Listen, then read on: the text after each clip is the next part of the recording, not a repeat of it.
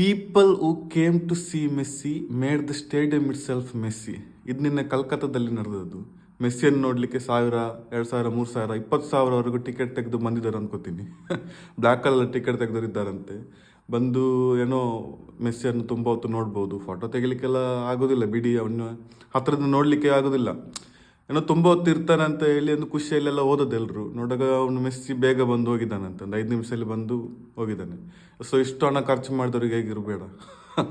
ಅಲ್ಲಿದಮ್ಮ ಅವಸ್ಥೆ ನೋಡಿ, ಸ್ಟೇಡಿಯಂ ಅದು ಫುಲ್ ಮೆಸ್ಸಿ ಮಾಡಿ ಹಾಕಿದ್ದಾರೆ. ಮೆಸ್ಸಿ ಅಂಕರ ಮೆಸ್ಸಿ ಅಂತಲೇ ಹೇಳ್ಬೋದು. ಈ ಥರದೊಂದು ಸಿಚುವೇಶನಲ್ಲಿ ಪಾಲ್ಗೊಂಡಿದ್ರೆ ನೀವೇನು ಮಾಡ್ತಿದ್ರಿ ಅಂತೇಳಿ ಕಮೆಂಟ್ ಬಾಕ್ಸಲ್ಲಿ ತಿಳಿಸಿ.